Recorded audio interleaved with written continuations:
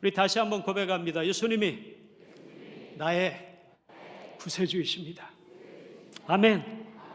그 믿음을 가지고 오늘 함께 읽은 본문 말씀을 통해서 우리 한번 따라하겠습니다. 내가 어디 있느냐?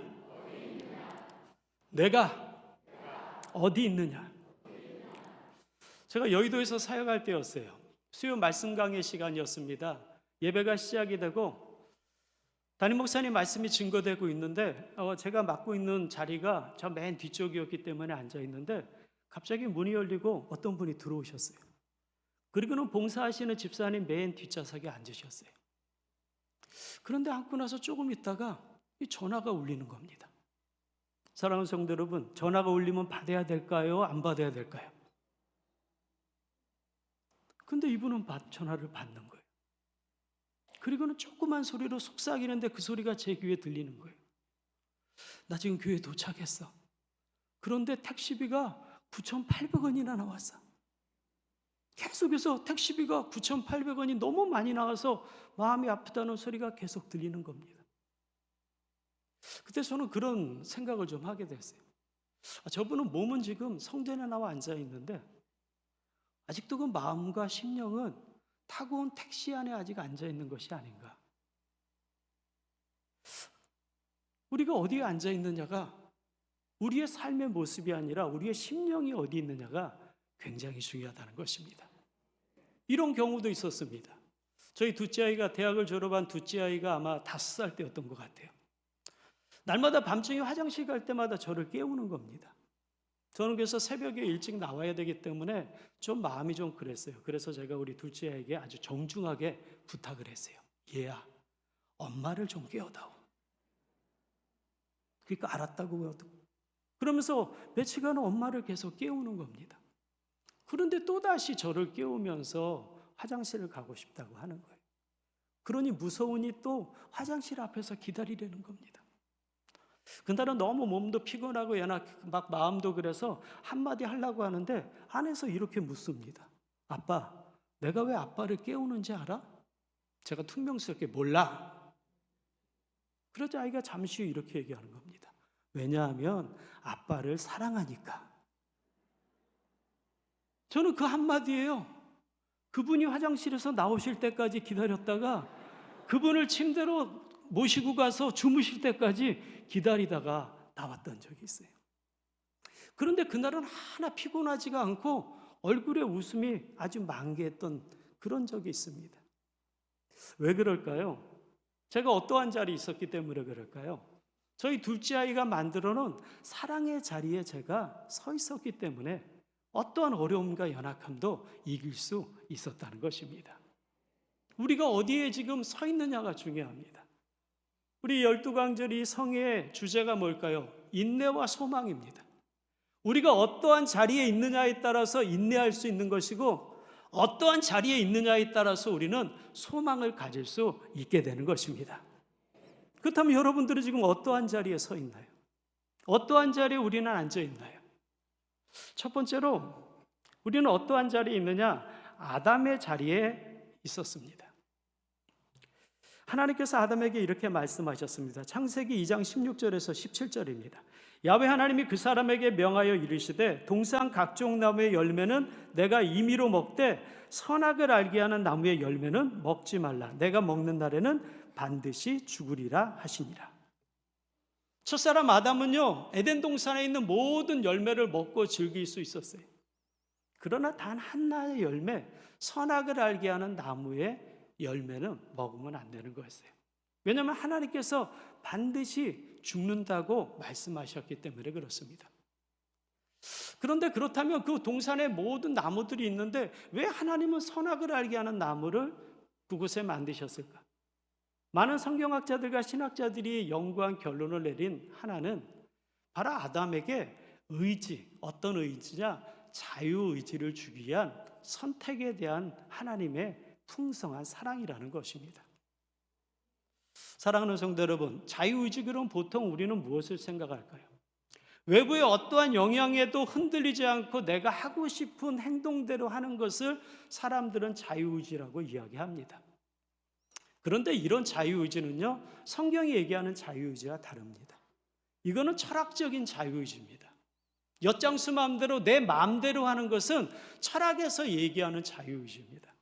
성경에서 이야기하는 자유의지는요, 하나님이 좋아하시는 일은 아담도 좋아하고 하나님이 싫어하시는 일은 아담도 싫어하는 그런 의지, 바로 종속된 종속적 관계의 의지가 바로 성경이 말하는 아담에게 부여한 의지라는 것입니다. 이 의지가 조금 더 구체적으로 얘기하면 뭘까요? 이 먹지 말라라고 하는 이 의지적인 하나님의 명령을 모세에게 하나님은 이렇게 구체적으로 얘기합니다. 신명기 4장 13절입니다. 야훼께서 그의 언약을 너희에게 반포하시고 너희에게 지키라 명령하셨으니 곧 십계명이며 두 돌판에 친히 쓴 것이라. 이 먹지 말라라고 하는 이 말씀을 좀 더 구체적으로 쓴 것이 바로 10가지 계명이라는 것입니다. 여기 계신 분들은 다 10가지 계명 알고 계시죠? 다 알고 계시는데 순서로 외우는 게 좀 어려운 적이 있을 겁니다. 저하고 한번 따라 한번 하면 순서적으로 제가 바로 알려드리겠습니다. 따라합니다. 하나, 한 분 하나님만 섬겨라. 둘, 두 마음을 품고 우상을 만들지 말라. 3, 삼가 하나님의 이름을 망령되이 일컫지 말라. 4, 사사로이 안식일을 어기지 말라. 5, 오직 내 부모를 공경하라. 6, 육신을 살인하지 말라. 7, 칠흑같이 어두운 마음으로 간음하지 말라. 8, 팔뚝을 찍을지언정 도둑질하지 말라. 9, 구차하게 거짓말하지 말라. 10, 십자가를 굳게 붙잡고 남의 것을 탐내지 말라. 아멘. 다 외우셨죠? 이 10계명을 꼭 외워야 되는 거예요. 이 계명이 하나님께서 우리에게 얼마나 처절한 존재인 것을 이 계명을 통해서 우리에게 가르쳐주고 있기 때문에 그렇습니다. 그런데 아담이라고 하는 이 존재는 자신이 주인이 되려고 이 계명을 다 깨트려 버립니다. 그리고는 철저하게 그 결과를 참혹하게 만듭니다. 그래서 아담도 그 후손도 이 가시덤불과 엉겅퀴가 가득 찬 세상을 살아갈 수밖에 없게 됩니다. 레위기 26장 16절에서 17절입니다. 다 같이 한번 봉독하겠습니다. 내가 이같이 너희에게 행하리니 곧 내가 너희에게 놀라운 재앙을 내려 폐병과 열병으로 눈이 어둡고 생명이 쇠약하게 할 것이요 너희가 파종한 것은 헛되리니 너희의 대적이 그것을 먹을 것이며 내가 너희를 치리니 너희가 너희 대적에게 패할 것이요 너희를 미워하는 자가 너희를 다스릴 것이며 너희는 쫓는 자가 없어도 도망하리라. 너무나 무서운 아주 저주이자 재앙이라는 것입니다. 이것이 바로 인생들은 이 재앙에서 어떻게든지 이겨보려고 땀을 흘리고 수고를 합니다. 그런데 그 결과는 늘상 참혹할 뿐입니다. 이런 말이 있으면 남들도 불행하게 하고 싶었다. 무슨 얘기냐면 최근에 이 서울의 신림동이라고 하는 지역에서 일어났던 그 조씨라고 하는 그 누군가의 범죄에 대한 내용이라는 것입니다. 그는 전혀 모르는 사람에게 칼을 휘둘러 한 명을 죽이고 3명이나 다치게 합니다. 그런데 그가 마음에 품었던 것은 자신뿐만이 아니라 남들도 불행하게 하고 싶었다는 것이에요. 그래서 많은 사회학자들이 이 전문가들이 이 사건을 조사하자 이 청년이 한 행동은 불행에서 비롯된 열등감과 욕구결핍, 패배의식, 권위주의적 태도 등으로 나타난 자포자기적인 그런 흉악한 범죄였다고 이야기합니다. 제가 왜 이런 얘기를 할까요? 이 축복받는 이 밤에 이것이 바로 인생들의 자리라는 것입니다.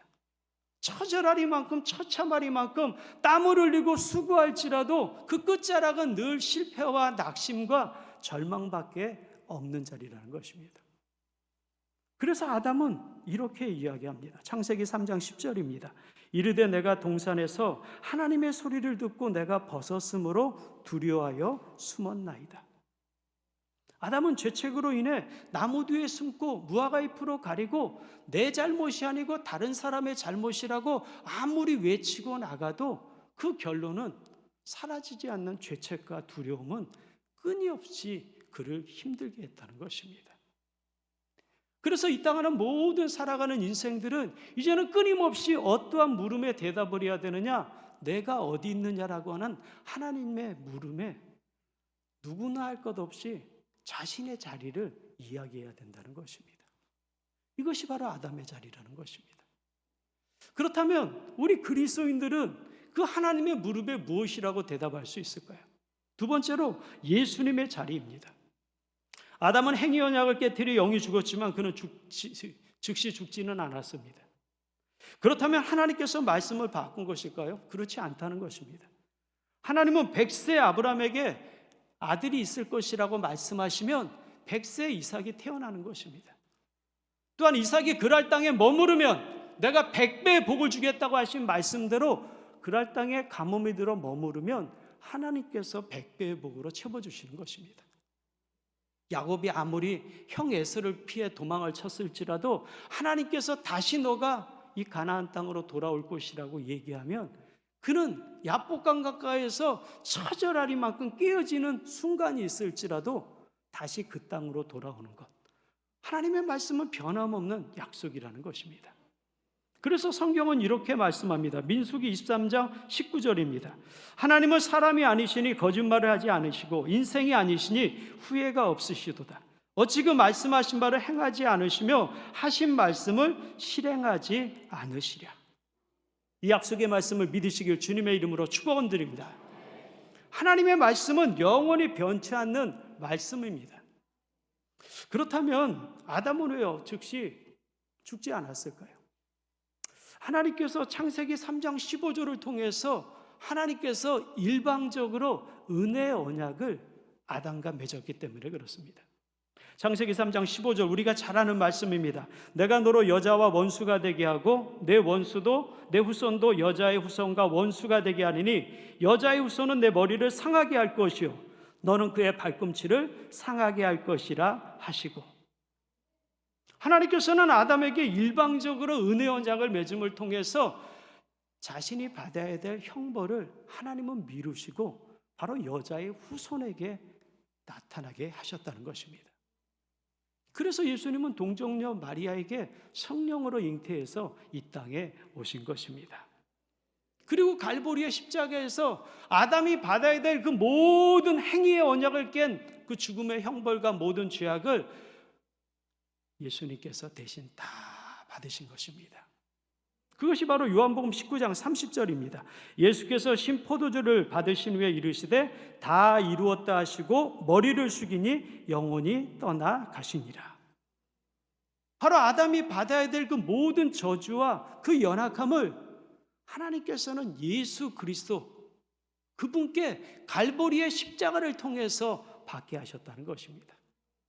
따라서 갈보리의 십자가는 어떠한 자리이냐? 우리의 죄악과 우리의 모든 저주가 청산된 자리뿐만이 아니라 바로 예수님께서 처자레리만큼 피를 흘리시고 터지고 천혈이 낭자한 그 삶을 통해서 우리를 새롭게 태어나게 하신 자리가 바로 갈보리의 십자가라는 것입니다. 갈보리의 십자가는요, 단지 내 저주와 내 죄악이 무너진 자리가 아니라 하나님께서 피조물인 인간을 갖다가 철저하게 하나님의 자녀로 만들기 위한 하나님의 자리였다는 것입니다. 따라서 갈보리의 십자가를 바라보면 우리의 삶 가운데 자녀에 대한 축복의 삶이 능력 가운데 나타난다는 것입니다. 이것을 믿으시길 주님의 이름으로 축복합니다. 따라서 저와 여러분들은요, 육정으로나 혈통으로 태어난 사람들이 아닙니다. 요한복음 1장 12절에서 13절입니다. 영접하는 자, 곧 그 이름을 믿는 자들에게는 하나님의 자녀가 되는 권세를 주셨으니 이는 혈통으로나 육정으로나 사람의 뜻으로 나지 아니하고 오직 하나님께로부터 난 자들이니라. 그래서 예수님께서 말씀을 전하시는 자리에 바깥에 어머니와 형제들이 와 있으니까 어떤 사람이 얘기합니다. 예수님의 어머니와 형제들이 여기 왔습니다. 그러자 예수님이 뭐라고 얘기하시나요? 마태복음 12장 49절에서 50절입니다. 손을 내밀어 제자들을 가리켜 이르시되 나의 어머니와 나의 동생들을 보라. 누구든지 하늘에 계신 내 아버지의 뜻대로 하는 자가 내 형제요 자매요 어머니니라 하시더라. 따라서 여기 계신 분들은 보통 분들이 아닙니다. 바로 전능하신 하나님께서 자녀로 삼기 위해서 갈보리의 십자가를 통해서 여러분들을 철저하리만큼 하나님의 자녀로 만든 그 기쁨의 삶이 있는 것입니다. 삶의 인내 자리에 힘들다고요? 우리가 갈보리의 십자가를 바라보며 은혜가 있으리라 믿습니다. 제가 이거 끼고 다니는 이 반지는요, 결혼 반지가 아닙니다. 언약 반지예요. 제 아내가 저한테요, 오빠하고는 비닐하우스에서도 같이 살 수 있다고 저한테 고백을 해주면서 이 반지를 나눴어요. 제가 이래봬도 제 아내한테 그렇게 고백을 받은 사람입니다. 그런데 아이가 하나가 태어나고 둘이 태어나니까요, 모든 게 다 아이들 우선으로 바뀌더라고요. 그래서 제가 제 아내한테 묻습니다. 정말로 내가 넘버원이 맞냐? 그러면 늘 넘버원이 맞다고 얘기합니다. 그런데 모든 상황은요, 다 제가 넘버 3가 되고 있는 것을 경험하게 됩니다. 그때 제가 어떻게 할까요? 저는 다른 걸 안 보고 이 손을 들어서 반지를 보면서 제가 이렇게 얘기합니다. 내가 넘버 1이야. 나를 제일 좋다고 얘기했어. 라고 고백을 합니다. 제가 이 쓸데없는 우스갯소리를 할까요?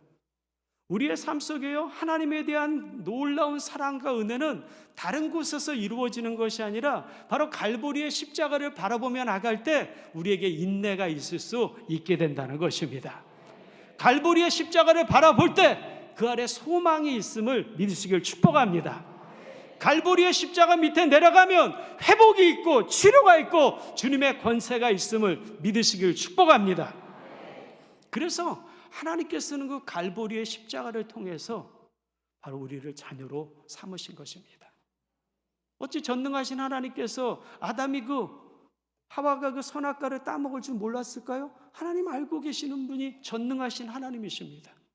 근데 중요한 것은 아담과 하와가 선악과를 먹었다고 그들이 선악을 구별할 수 있을까요? 아니요, 그들은 구별할 수가 없습니다.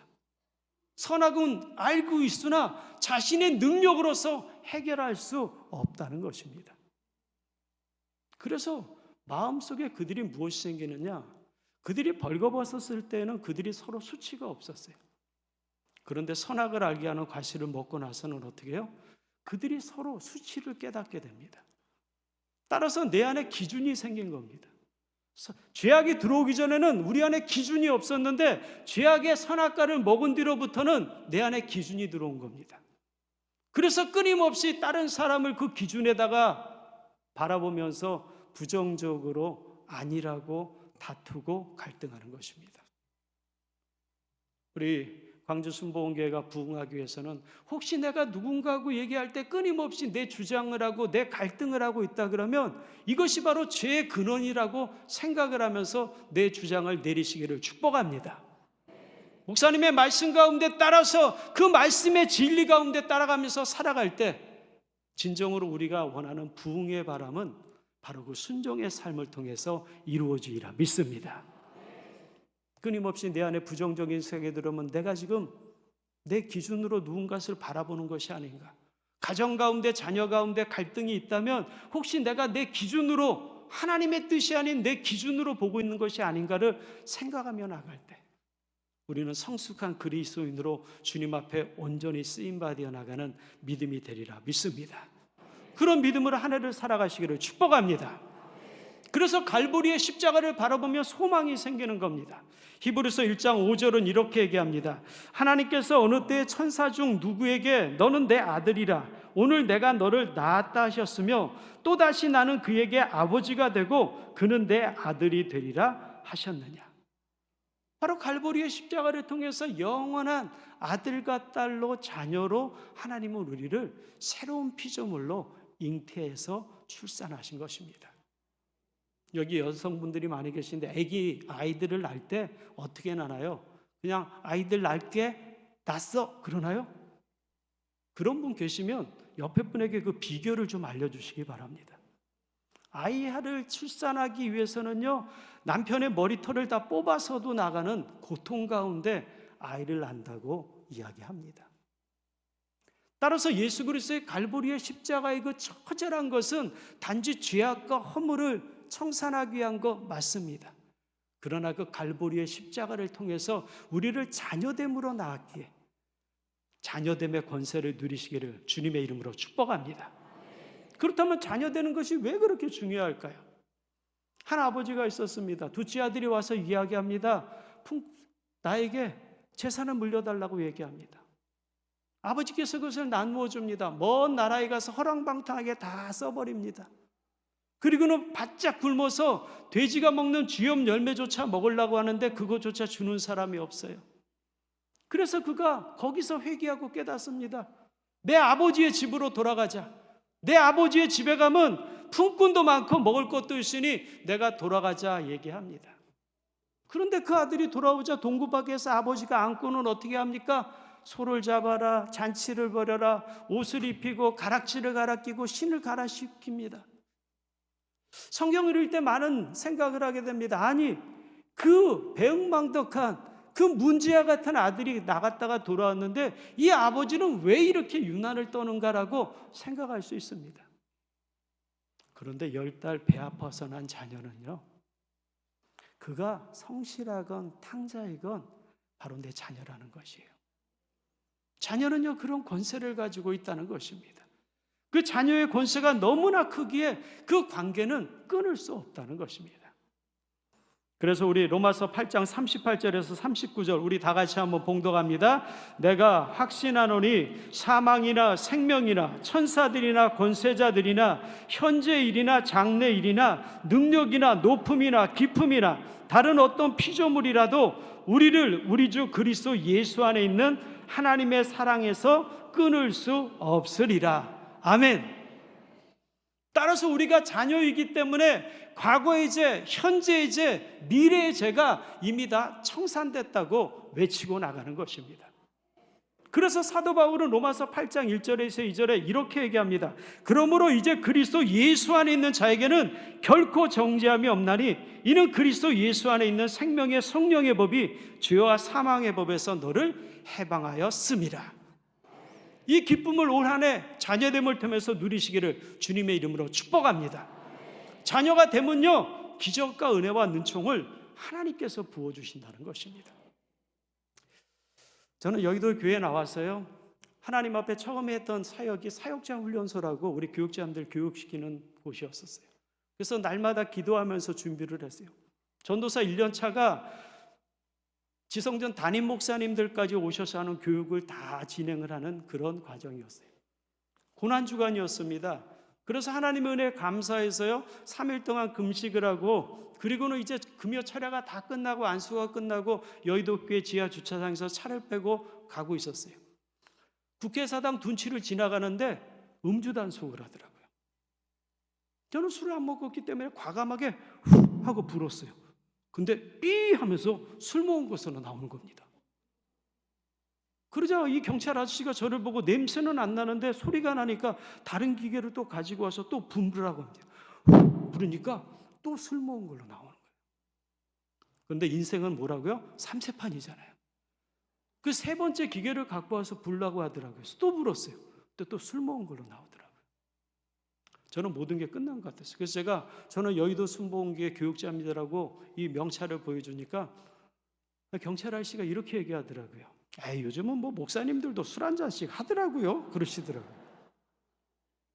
나중에 멸시를 당했어요. 이렇게 손을 이렇게 들리면 내리라고 하더라고요. 그래서 차를 옆으로 빼고 내렸어요. 그러니까 뒤에 있던 차들이 막 손가락질하면서 올림픽 도로로 올라가더라고요.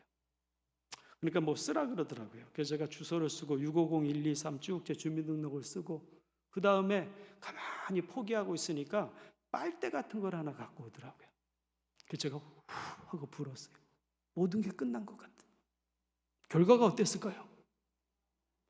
당연히 안 나왔으니까 제가 여기 지금 서 있는 거죠. 부니까 나오지가 않는 거예요.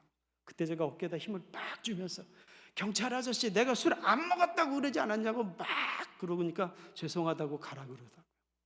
그래서 올림픽 도로로 딱 올라가고 있는데 올라가면서 하나님, 아니 3일 옴금식을 하면서 주님 앞에 감사의 기쁨으로 예배를 드리고 나는데 이게 무슨 창피입니까? 머뭇거리 나오기 전에 하나님 감사합니다 바뀌었어요. 나중에 서울 한번 오시면요, 당산철교라고 하는 철교가 밑에 지나가면 거기 큰 공간이 하나 있어요. 거기에 어떤 차가 완전히 뒤집혀 갖고요, 정반대로 거기서 나둥그러져 있는 겁니다. 사람들은 우연이라고 얘기하지만 저는 느꼈어요. 하나님이 그것을 피해주기 위해서 나를 술 먹은 것으로 한 것이다. 전혀 믿지 못하는 표정을 하고 계신데요, 진짜 저는 그렇게 느꼈다니까요. 왜냐하면 3일 금식하고 똑같이 또 음주운전에 달렸는데 걸렸는데 그때는 이거 하나도 술 먹은 걸로 나오지 않았기 때문에 그렇습니다. 제가 왜 이 이야기를 할까요? 하나님의 자녀됨으로 살아가는 믿음의 자녀들에게는요, 생각지 않는 하나님의 인도함과 하나님의 돌보심이 있다는 것입니다. 올 한 해 어떠한 일이 있더라도 우리 당장 목사님, 이 담임 목사님, 우리 한사임 목사님 선포하는 말씀 붙잡고 믿음의 자리에서 인내하며 주님 앞에 나간다면 하나님께서 그 인내의 자리를 소망의 자리로, 기적의 자리로 바꿔주리라 믿습니다. 그런 믿음으로 당당하게 나가시기를 주님의 이름으로 축원을 드립니다. 따라서 복음이라고 하는 것은 한 거지가 배가 너무나 고파서 쓰레기통을 뒤지고 있는데 바리새인과 사두개인과 같이 율법의 잣대로 쓰레기통에 더러운 것 먹으면 몸 다쳐 병 걸려 못 먹게 하는 것이 아닙니다. 복음이라는 것은 그 거지를 데려다가 오물을 씻겨주고 옷을 갈아입히고 그리고는 한상 거나하게 차려서 그 거지를 먹이는 것, 그것이 바로 진정한 복음이라는 것입니다. 하나님께서는요, 그 복음의 삶을 통해서 우리를 끊임없이 생명의 자리로 이끌어 나가심을 믿습니다. 자녀의 직분을 가지고, 자녀의 신분을 가지고 넉넉하게 승리하며 나가시기를 주님의 이름으로 축원을 드립니다. 그래서 우리가 날마다 구해야 될 자리가 있습니다. 셋째로 성령 충만의 자리를 우리는 구해야 합니다. 따라합니다. 성령 충만의 자리를 구합시다. 성령 충만의 자리를 구해야 성령께서 내가 자녀인 것에 대해서 분명하게 깨닫게 해주신다는 것입니다. 그래서 우리는 성령님과 친밀해야 합니다. 어느 정도 친밀해야 될까요? 한 마을에요, 어머니와 딸 이 모녀가 살았어요. 둘이 관계가 얼마나 좋은지 동네 사람들에게 시샘을 당할 정도로 관계가 너무 좋았어요. 그런데 이 결혼 정년기에 이 딸이 이제는 먼 동네로 시집을 가게 됩니다. 그래서 동네 사람들이 너무나 안타까워했어요. 왜냐하면 이 어머니하고 딸이 문맹, 글을 쓸 줄도 읽을 줄도 모르는 사람이었기 때문에 멀리 가면 이제는 서로 소식을 전할 수 없기에 너무나 안타까워했어요. 그런데 시집간 딸이 얼마 있다가 편지가 왔다는 것이에요.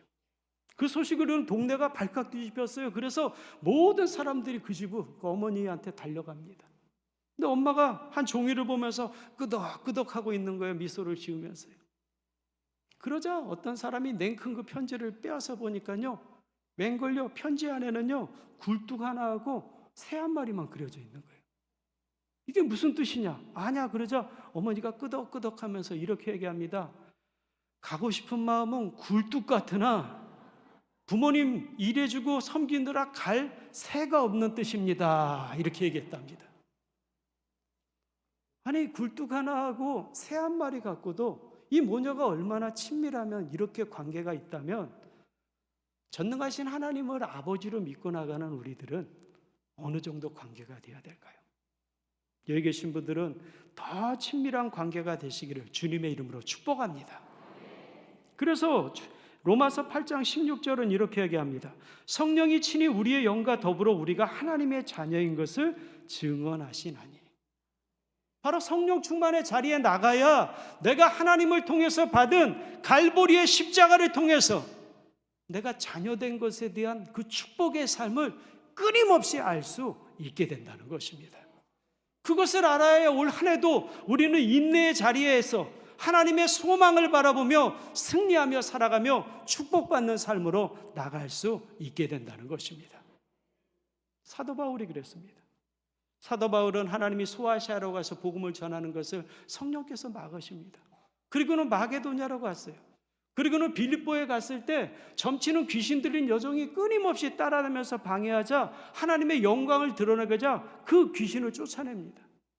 그러면 사람들에게 칭송을 받아야 되는데 도리어 매를 맞고 감옥에 갇히게 됩니다. 사도 바울은 이해가 되지 않았어요. 그러나 그는 그 인내의 자리에서 기도하기 시작합니다. 그리고 기도하고 나서는 이제는요 찬양하기 시작합니다. 그러자 어떻게 해요? 땅이 흔들리면서 감옥문이 활짝 열리고 잡고가 다 풀어져 버립니다. 그러면 어떻게 해야 될까요? 이제 다 열렸으니까 도망가야 합니다. 그런데 사도 바울은 도망가지 않고 가만히 그 자리에 있습니다. 그때 간수장이 들어와서는 죄수들이 다 도망간 줄 알고 칼을 빼서 자결을 하고 할 때 사도 바울이 외칩니다. 우리가 여기 있다. 우리가 여기 있으니 몸을 해하지 말라. 그러자 그 간수장이 얘기합니다. 선생이요, 내가 어찌하여야 구원을 받으리까? 그때 바울이 얘기합니다. 주 예수를 믿으라. 그리하면 너와 내 집이 구원함을 받으리라. 왜 사도 바울이 도망을 안 갔을까요? 그는 인내의 자리에서 하나님 앞에 기도할 때 하나님의 뜻을 깨닫게 됩니다. 그 뜻을 깨닫게 되자 그 뜻에 감사해서 끊임없이 소망의 찬양을 울려 퍼지게 한 것입니다. 그 소망의 찬양이 바로 옥문을 흔들고 기적을 나타내는 놀라운 축복의 삶이 된 것입니다. 그 뜻을 알았기에 그 간수장과 죄수를 통해서 바로 빌립보 교회 최초의 교회가 세워지는 것입니다. 따라서 우리는 우리에게 생각지 않은 깨닫지 못하는 일들이 이루어질지라도 전능하신 하나님 그분을 바라보며 갈보리 십자가를 바라보며 나간다면 올 한 해도 놀라운 기적과 은혜와 은총으로 채워주리라 믿습니다. 그래서 이사야 55장 8절에서 9절은 이렇게 얘기합니다. 우리 다 같이 한번 봉독하겠습니다. 이는 내 생각이 너희의 생각과 다르며 내 길은 너희의 길과 다름이니라. 야훼의 말씀이니라. 이는 하늘이 땅보다 높음 같이 내 길은 너희의 길보다 높으며 내 생각은 너희의 생각보다 높음이니라. 아멘. 저는 이것을 기억할 때마다 1991년을 생각합니다. 저는 여의도 순복음교회 중동 일부에서 소망을 가지고 교사로 봉사를 했어요. 그리고는요 하나님의 은혜 너무나 감사해서 아이들과 함께 동계 수련회를 올라가서 기도원에서 동계 수련회를 하고 그날 바로 내려와서 저 서울역에 있는 L자로 시작되는 회사에 최종 사장단 면접을 보러 갔어요. 아주 성령 충만한 마음으로 갔어요. 그러자 그분들이 이 사장 면접을 물어보는데 자네 가훈이 뭐나 그러더라고요. 그래서 항상 기뻐하라, 쉬지 말고 기도하라, 범사에 감사하라, 이는 그리스도 예수 안에서 우리를 향하신 하나님 뜻입니다 얘기하는 거예요. 그러니까 이분이 쳐다보더니 그러면 자네 저 지방의 필드를 갈 수 있겠느냐 그러는 겁니다. 그럼 뭐라고 얘기해야 되죠? 갈 수 있습니다 이렇게 얘기해야 되는데 제가 이렇게 얘기했어요. 저는 교회 학교에서 봉사하고 있기 때문에 갈 수가 없습니다. 그러자 이분들의 얼굴이 확 바뀌는 거예요. 그렇지만 제가 이렇게 열심을 다해서 모든 것을 다했으면 떨어질 것도 하나님이 어떻게 해요? 붙여주셔야 제가 간증이 멋있잖아요. 근데 어떻게 됐느냐? 떨어졌어요. 그리고 두 번째 면접 보러 가서는 거기도 면접이 되게 잘 됐어요. 그런데 마지막에 한 분이 또 그러는 거예요. 어디 다른 데가 된 곳이 있느냐 묻습니다. 그래서 예, 어디 다른 데가 된 곳이 있습니다. 그럼 두 개 다 되면 어디로 오겠느냐? 그럼 뭐라고 얘기해야 되죠? 이 회사 와야 됩니다 해야 되는데 머릿속에서는 그렇게 생각을 했는데 입에서는요 그 회사 갈 겁니다 이렇게 돼버리는 거예요. 분위기가 파토가 돼갖고요, 파토 그러니까 이상하네요, 엉망이 돼갖고요 또 떨어졌어요. 왜 제가 그 회사를 가냐고 얘기했냐면 제가 잘 아는 장로님이 거기에 신뢰가 좋은 곳이 있다 그래서 그 회사 가겠다고 한 겁니다. 근데 막상 그 회사에 면접을 보러 갔는데요 점쟁이가 들어와 앉아 있더라고요. 그거 알고 보니까 그 회사는요 부회장님이, 회장의 아들인 부회장이요 전국 불교협회 회장이었어요. 그래갖고 강남에 보면 능인선언이라고 있는 큰 절이 있어요. 그거를 걷다 그 당시 몇백억짜리 공사를 거의 무료로 막 지어주고 그랬어요. 제가 들어가서 보니까요 신뢰도 없고 아무것도 없는 거예요. 제가 속은 겁니다. 그런데 제가 왜 소망을 가졌냐면 그 시간이 굉장히 길고 연약한데 하나님이 어떻게 해요? 제가 엘사에 볼 때 그분들이 이렇게 얘기했어요. 자네 그러면 목사 하나 되지 왜 우리 교회, 우리 회사에 왜 들어오려고 하나? 그때 제가 아주 당당하게 이렇게 얘기했습니다. 지금은 부르시지 않지만 부르시면 제가 갈 수도 있습니다. 그리고 나서 하나님의 때가 되니까요, 그 다니는 회사를 그만두게 하고요, 그 불교 그 큰 회사가요 망하게 하나님 만드시더라고요. 그리고요 저를 끊임없이 인도해서 한 세대 대학원으로 인도해 주시더라고요. 그때 대학원에 들어갈 때 마지막 제가 면접을 봤던 대학 원장님이 누구셨느냐? 여기 계신 우리 한상인 우리 목사님이셨어요. 한상인 목사님이 노 했으면 저는 떨어졌는데요, 예스 하는 바람에 이 자리에 오게 됐습니다. 제가 이렇게 돌이켜 보니까요, 우리가 기도할 때 내가 원하는 것을 하나님이 주시는 것이 아니라 하나님이 원하시는 길로 저를 인도하신 것을 경험하게 되더라고요. 제가 만약에 엘사에 들어갔으면요, 거기가 너무나 좋다고 이곳이 좋사옵니다 하면서 아마 주의 길을 걷지 않을 수도 있었을 것입니다. 그런데 하나님은 만사 하나님이 원하시는 대로 이끌어 가셔서 하나님이 원하시는 대로 사용하신다는 것입니다. 따라서 여기 계시는 우리 사랑스러운 성도 여러분들이 하나님의 자녀라고 내가 확신을 한다면 담대하게 그 선하심을 믿고 나가시기를 주님의 이름으로 축복합니다. 어떠한 인내의 자리에서도 선하신 하나님을 바라보며 갈보리의 십자가를 제가 날마다 제 반지를 바라보는 것과 같이 바라보면서 선함을 기대하며 나간다면 하나님께서는 올 한 해 놀라운 승리와 소망으로 이끌어 주리라 믿습니다.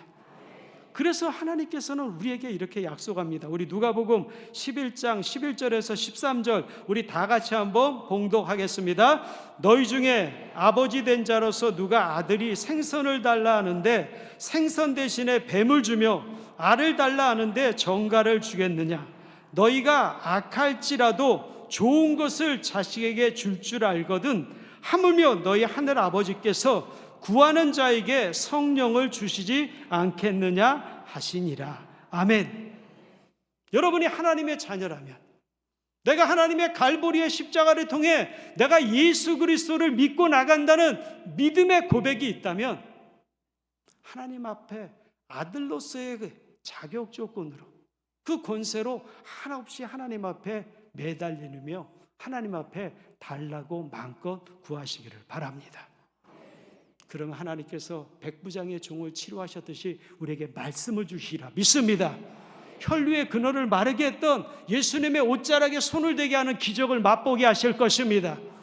회당장 야이로가 예수 그리스도를 모셔드릴 때 죽었던 딸이 달리다금 살아나듯이 여러분들의 가정과 자녀들과 직장과 사업장에 하나님의 달리다금의 놀라운 기적을 보게 해 주실 것입니다.